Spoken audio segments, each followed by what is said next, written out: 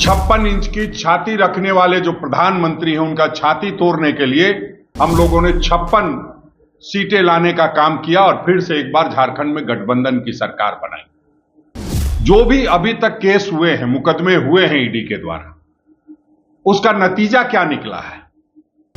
5000 से ज्यादा मुकदमा करते हैं, नतीजा सिफर है। 2 मामलों में आज तक कन्विक्शन हुआ है। तो कहीं ना कहीं ये एक वसूली एजेंसी बन गई है कि केंद्र की जो ये निकम्मी सरकार है किस तरह से लगातार मुद्दों से ध्यान भटकाने के लिए इधर उधर की बातें करती रहती है। इस देश के प्रधानमंत्री और गृह मंत्री अमित शाह को ऐसा लगता है कि कहीं ना कहीं हम गुजरात से पूरी तरह से उखड़ने वाले हैं। आदरणीय राहुल गांधी जी, आदरणीय मल्लिकार्जुन खड़गे जी, सोनिया गांधी जी को जो रिस्पांस मिला उसके बाद घबराहट बढ़ी। पूरे देश में एक आतंक का माहौल कायम किया जा रहा है। उसके विरोध में आज हम लोग पूरे देश में 21 से 24 तारीख तक 57 जो अखिल भारतीय कांग्रेस कमेटी द्वारा चयनित या मनोनीत लोग जो हैं पूरे देश भर में आज मोदी सरकार के खिलाफ, मोदी और ईडी के गठबंधन के खिलाफ हम लोग प्रेस वार्ता कर रहे हैं। उसी निमित्त हमारे नेता, हमारे पूर्व प्रभारी आदरणीय अविनाश पांडे जी पटना में प्रेस कॉन्फ्रेंस कर रहे हैं और मुझे गया की जिम्मेदारी दी गई है। आप सब जानते हैं कि केंद्र की जो ये निकम्मी सरकार है किस तरह से लगातार मुद्दों से ध्यान भटकाने के लिए इधर उधर की बातें करती रहती है। जब हम लोग महात्मा गांधी के साबरमती के तट पर जाकर के अपना एआईसीसी का सम्मेलन करते हैं तो कहीं ना कहीं इस देश के प्रधानमंत्री और गृह मंत्री अमित शाह को ऐसा लगता है कि कहीं ना कहीं हम गुजरात से पूरी तरह से उखड़ने वाले हैं। जिस तरह से वहां गुजरात में आदरणीय राहुल गांधी जी, आदरणीय मल्लिकार्जुन खड़गे जी, सोनिया गांधी जी को जो रिस्पांस मिला उसके बाद घबराहट बढ़ी और जिस तरह से आनन फानन में जो लोग वक्फ बोर्ड विधेयक को नहीं चाहते थे, बावजूद किस तरह से आनन फानन में लाया गया और पूरे देश में एक नफरत का माहौल कायम किया गया, उससे ध्यान हटाने के लिए ये एक बार फिर से ईडी का जो खेल है वो पूरे भारतवर्ष में शुरू किया गया और आदरणीय श्रीमती सोनिया गांधी जी, राहुल गांधी जी को लेकर के चार्जशीट दाखिल की गई, जिसका हम लोगों ने पूर्व में बहुत बेहतरीन तरीके से सब कुछ जवाब दिया हुआ है और उसको बेवजह एक जो ताना बाना इनका होता है कि किस तरह से बुन करके हमारे नेताओं की छवि को खराब किया जाए, उस निमित्त इन्होंने चार्जशीट दाखिल करवाने का काम किया। मैं पड़ोस के राज्य से आता हूं, झारखंड से आता हूं। झारखंड में हमारे गठबंधन की सरकार थी, माननीय मुख्यमंत्री हेमंत सोरेन जी थे। किस तरह से ईडी द्वारा ज्यादती की गई पूरे देश ने देखा कि एक आदिवासी का बेटा अगर मुख्यमंत्री बनता है तो उनको दिक्कत होती है और किस तरह से 5500 पन्नों का चार्जशीट दाखिल किया गया और मुख्यमंत्री को जेल में बंद कर दिया गया। सिर्फ और सिर्फ जो विपक्ष के लोग हैं उन पर इस तरह के मुकदमे किए जाते हैं। नतीजा क्या हुआ कि हम 5500 पन्नों के चार्जशीट के बाद, माननीय मुख्यमंत्री के इस्तीफे के बाद फिर से हम दोबारा 56 इंच की छाती रखने वाले जो प्रधानमंत्री हैं उनका छाती तोड़ने के लिए हम लोगों ने 56 सीटें लाने का काम किया और फिर से एक बार झारखंड में गठबंधन की सरकार बनाई। जो भी अभी तक केस हुए हैं, मुकदमे हुए हैं ईडी के द्वारा, उसका नतीजा क्या निकला है? 5,000 से ज्यादा मुकदमा करते हैं, नतीजा सिफर है। 2 मामलों में आज तक कन्विक्शन हुआ है। तो कहीं ना कहीं ये एक वसूली एजेंसी बन गई है। सिर्फ और सिर्फ काम करना है तो वसूली करना है, या अगर पैसे की वसूली नहीं हो सकती है तो नेताओं को वसूल करके उनको भारतीय जनता पार्टी के गोद में ले जाके बैठा देना है।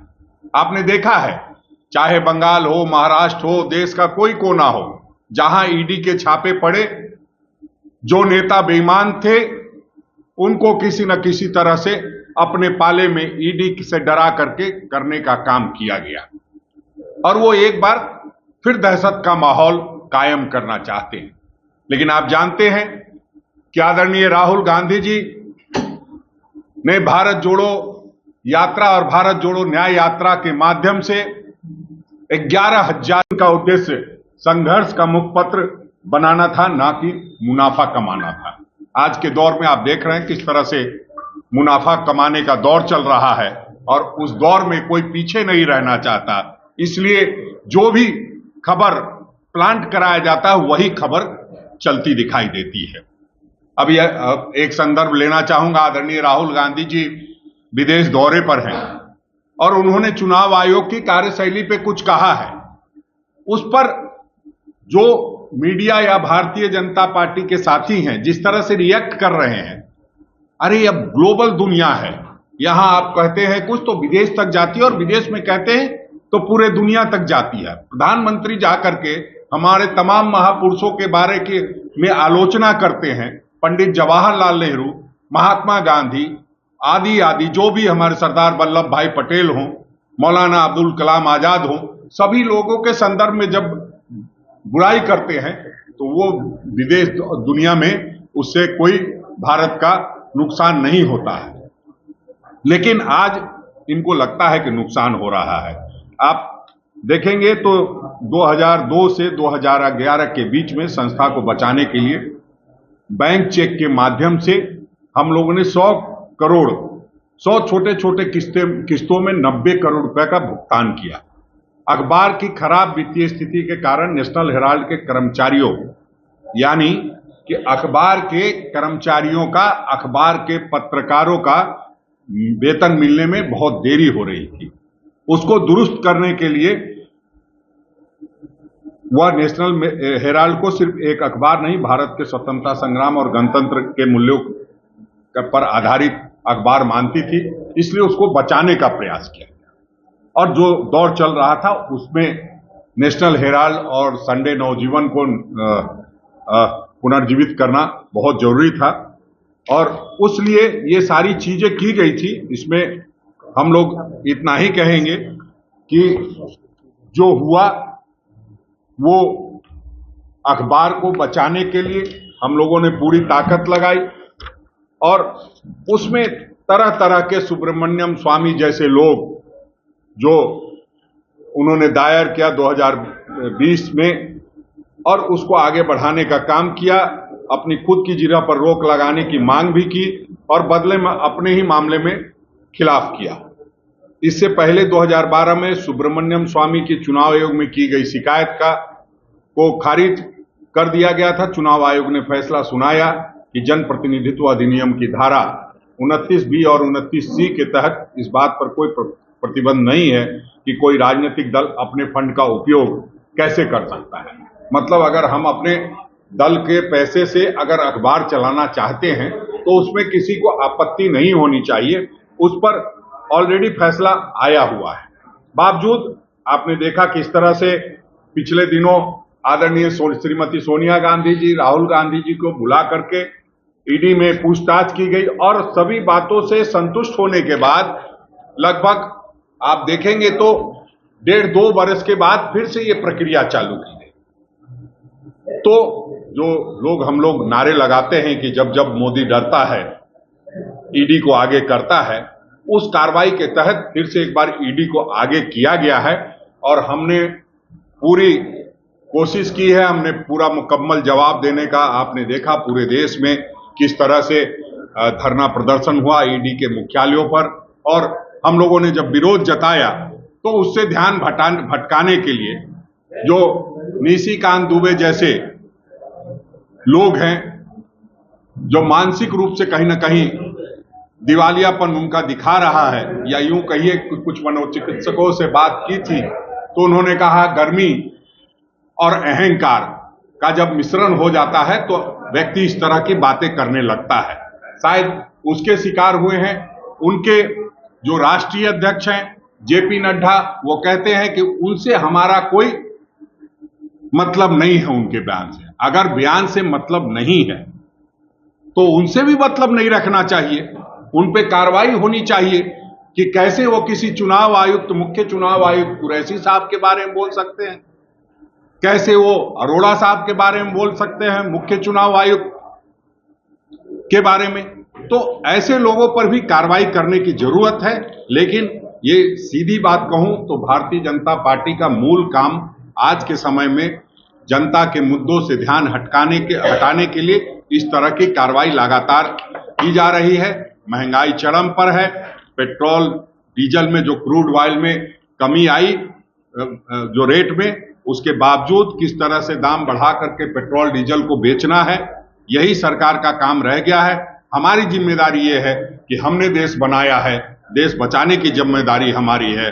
हमने संविधान बनाया है, हमें संविधान बचाने की जिम्मेदारी हमारी है। उस तहत हम लोग, चूंकि मीडिया को, हम जो मीडिया के साथी हैं उनको चौथा स्तंभ मानते हैं, इसलिए सबसे पहले हम लोग ये चाहते हैं कि आपके माध्यम से हमारी बात लोगों तक पहुंचे। हम लगातार इस तरह के आयोजन करके आपके माध्यम से भी और सड़क, सदन और न्यायालय के माध्यम से इस सरकार को बताने का काम करेंगे कि आप जो अहंकार में चूर होकर के इस तरह की गलत हरकत कर रहे हैं उससे बाज आइए। लोकतंत्र को जिंदा रखने दीजिए, संविधान को जिंदा रहने दीजिए। जो बाबा साहब अंबेडकर ने इतनी मेहनत के बाद कुछ दिया है उसको तोड़ना मरोड़ना बंद कीजिए, उसमें नुक्ताचीनी निकालना बंद कीजिए। तो उस निमित्त आज लोगों से लगातार मुलाकात होती रहेगी। मैं इतना ही कहूंगा, और अगर आपका कोई सवाल होगा तो उसका जवाब दूंगा। अध्यक्ष जी, और अगर कॉपी आ गई होगी तो हम लोग आपको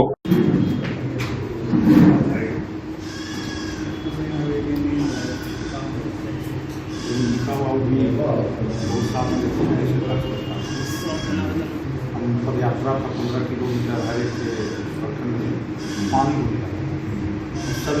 लेकिन घर से तो भाई पहले से भी बता रहे हैं कि वालों को कुछ तो मिश्रण हो, ये भी चले गए। लेकिन फिर लगा कि भाई आ रहा है पैरा, बीच रास्ता में रुके कि जब तक वो नहीं आएगा तब तक नहीं जाएंगे।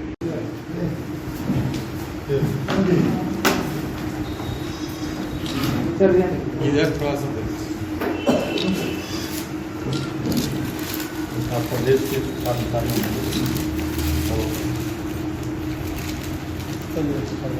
यहाँ प्रोटोकॉल हम लोग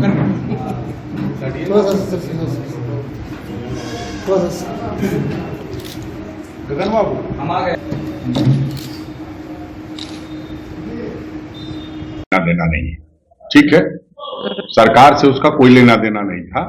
1992 से जिस तरह से लगातार कई कर्मियों की छटनी भी हुई, बावजूद जब अब ऐसा लगा कि बिल्कुल मृत प्राय हो जाएगा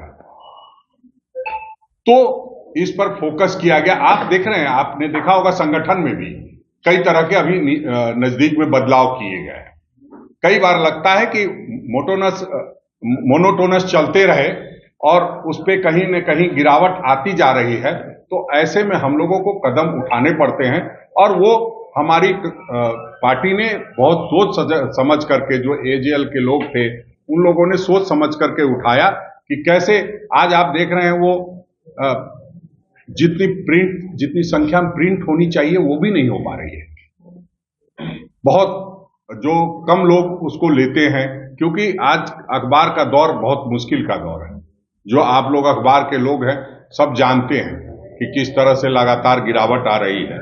तो उस निमित्त हम लोगों ने फैसला लिया था, और उस संदर्भ में पूरी जानकारी आपको हम लोग इसमें दिए हैं। और अगर कोई सवाल हो। मोदी और भाजपा हम लोगों के साथ दुश्मन जैसा संदर्भ यही था। जो चार्जशीट हुआ है वो सिर्फ कांग्रेस पार्टी को परेशान करने के लिए हुआ है। तो इस पर आज जीतन राम मांझी जो केंद्रीय मंत्री हैं उनका बयान आया है कि चूंकि कांग्रेस के नेता विदेश में जाकर देश का ये करते हैं, नुक्ताचीनी करते हैं, तो निसंदेह वो देश के मतलब अहित कर रहे हैं, अहितकारी हैं। नहीं देखिए, अब चूंकि मांझी जी कृपा के पात्र हैं, अब अगर वो नहीं बोलेंगे तो कौन बोलेगा, उनको आगे किया। देखिए किस तरह की भारतीय जनता पार्टी राजनीति कर रही है कि खड़गे साहब ने बोला है इसलिए मांझी जी को आगे कर दो।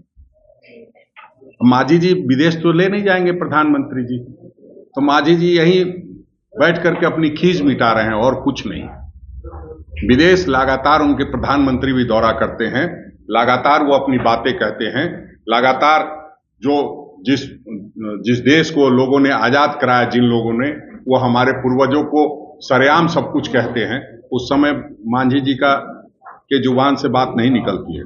थोड़ा रुक जाइए, मांझी जी भी खिलाफ बोलेंगे, थोड़ा स्वार्थ की पूर्ति में कमी आने दीजिए। अभी चुनाव है, उसके बाद देखिए आगे होता है क्या, तब क्या बोलते होंगे।